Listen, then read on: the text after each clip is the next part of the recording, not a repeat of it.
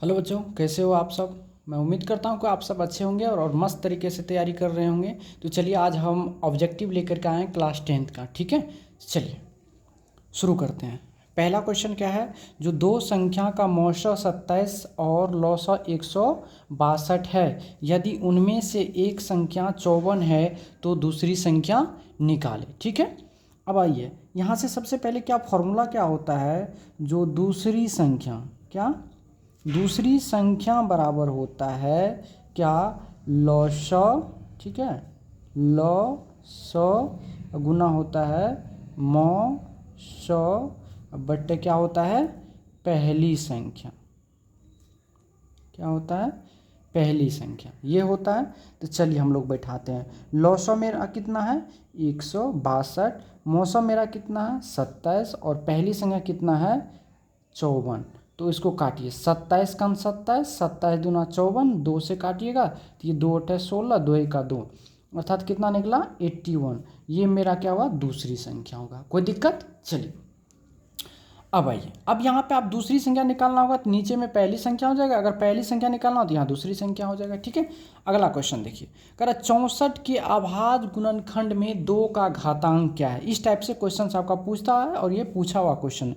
तो सबसे पहले आप 64 को तोड़िएगा तो यहाँ से हम करेंगे 2 से, तो ये होगा कितना 32, फिर 2 से देंगे तो ये हो जाएगा 16, फिर 2 से देंगे तो हो जाएगा 8, फिर 2 से देंगे तो हो जाएगा कितना 4, और फिर 2 से अगर हम देंगे तो 2 दूना 4। अब पूरा पूरा लग गया। अब यहाँ 64 को तोड़िए, 64 को लिखेंगे और गिनती करेंगे कितना है 1 2 3 4 5 और 6, अर्थात 2 पे पावर कितना हो गया 6, है कि नहीं।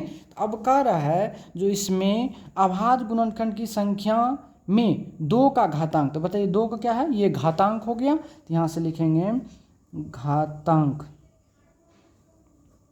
बराबर कितना हो गया 6, ये आपका आंसर। घातांक को ही हम लोग क्या बोलते हैं, पावर बोलते हैं। इसको बेस बोलते हैं, इसको पावर बोलते हैं। ठीक है, चलिए अब अगला क्वेश्चन देखिए। अगला क्वेश्चन कर रहा है 0.49 पर रेकरिंग को P/Q के रूप में लिखिए। इसको कैसे लिखेंगे, तो इसका एक नियम होता है।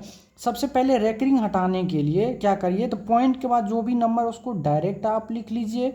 उसके बाद क्या करिए, बट्टे मारिए। ठीक है, उसके बाद जितने अंक पर रेकरिंग होता है उतना 9 लिख दीजिए। ठीक है, ये 2 अंक पे बस हो गया। अब तो कुछ नहीं है, तो ये आपका आंसर हो जाएगा। ये कटेगा नहीं कटेगा, कोई अंक से कटेगा तो ये नहीं कटेगा, तो ये आपका हो गया आंसर। ठीक है, चलिए अब एक क्वेश्चन एग्जांपल और इसी पे ले लेते हैं। जैसे मान चलिए 0.693 ले लिया। अब ये 2 पर रेकरिंग दिया। अब इसको अगर हमें लिखना है तो क्या करिएगा, तो डायरेक्ट लिखिए पहले 693 बट्टे जितना पर रेकरिंग है वो उतना 9 लिख दीजिए। जिस पर रेकरिंग नहीं है उसके बदले एक 0 बैठा दीजिए, माइनस जिस अंक पर रेकरिंग है उसको माइनस कर दीजिए। ठीक है, तो ये हो जाएगा आपका आंसर। तो हो गया 13 में से 6 गया 713, इधर हो गया 8, इधर हो गया 687 बटे 990, ये आपका आंसर हो गया। ठीक है, चलिए अब सेम क्वेश्चन यहाँ पे देखिए। आपको करा P/2 पर पावर m गुना 5 पर पावर n के रूप में इसको लिखा जा सकता है क्या। ठीक है, चलिए लिखते हैं हम लोग। तो क्या दिया हुआ 0.67, सबसे पहले इसको पॉइंट हटाएंगे, नीचे में 100 आएगा। अब ये हो गया 67 बट्टे 100। अब 100 को आपको तोड़ना है तो ये 67 बट्टे क्या होगा 25 गुना 4 होगा कि नहीं। अब इसको अगर आप लिखेंगे तो ये 67 बट्टे कितना होगा 5 पे पावर 2 और गुना 2 पर पावर 2। देखिए तो 5 पे पावर और 2 पे पावर के रूप में आ गया, तो लिखेंगे ये आपका वैसे आंसर हो गया। यहाँ पे लिखेंगे हाँ लिखा जा सकता है, हाँ लिखा जा सकता है। क्वेश्चन पहले से लिख देते हैं ताकि जो आपको दिक्कत ना हो, लिखने में थोड़ा समय लग जाता है, वीडियो लंबा हो जाता है। ठीक है, आइए अब करा 5, 15 और 20 के लौसा और मौसा का अनुपात। तो सबसे पहले आप क्या क्या करना है, 5 है 15 है और 20, इसका क्या करना है, हमें लौसा निकालना। आप दोनों तरीका से निकाल सकते हो। तो पहले लगा दें हम किससे, 3 से नहीं लगेगा तो 5 से लगेगा। 5 1 5, 5 3 15 और 5 के 20। अब तो नहीं लगेगा, तो अगर आप यहाँ से अगर लौसा देखेंगे कितना हो जाएगा, तो 5 गुना 3 गुना 4 इजकल टू कितना हो गया 60। अब इसका क्या निकालना, हमको मौसा निकालना था। सबसे पहले छोटा से उसमें बड़ा में भाग दीजिए, तो 5 दिया कितना हो गया 15, ये पूरा पूरा कट गया। अब फिर 5 से हम कितना में देंगे 20 में देंगे, तो 5 चौके कितना हो गया 20, ये पूरा पूरा कट गया। जब पूरा पूरा कट गया तो मौसा क्या हो गया यहाँ से 5, मौसा कितना निकल गया 5। अब क्या निकालना हमें, अनुपात,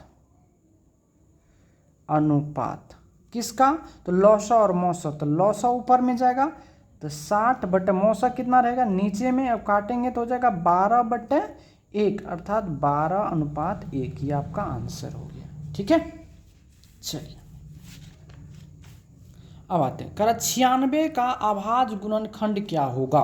क्या करा क्वेश्चन, जो 96 का अभाज्य गुणनखंड क्या होगा। तो अब 96 को तोड़िए। अब इसको क्या आप ऐसे लिख सकते हो, 2 गुना 48 गुना कितना होता है 96 होता है ना, लिख सकते हैं ना इसको, या 12×96 भी आप लिख सकते हैं, कोई दिक्कत नहीं, तोड़ने का तरीका होता है। अब इसको फिर 2 गुना 48 को क्या 2 गुना 24 लिख सकते हैं। अब फिर 2 गुना 2 गुना 24 को क्या लिख सकते हैं हम, बताइए, 2 गुना 12 भी कर सकते हैं। इसको एकदम तोड़िए देते, चलिए देखिए 2 गुना 12 को क्या लिख सकते हैं 4×3=12, तो 2 गुना 6 कर सकते हैं। अब इसको 2 गुना 2 गुना 2 गुना 2 और गुना 6 को क्या कर सकते हैं 2 गुना कितना 3 कर सकते हैं ना।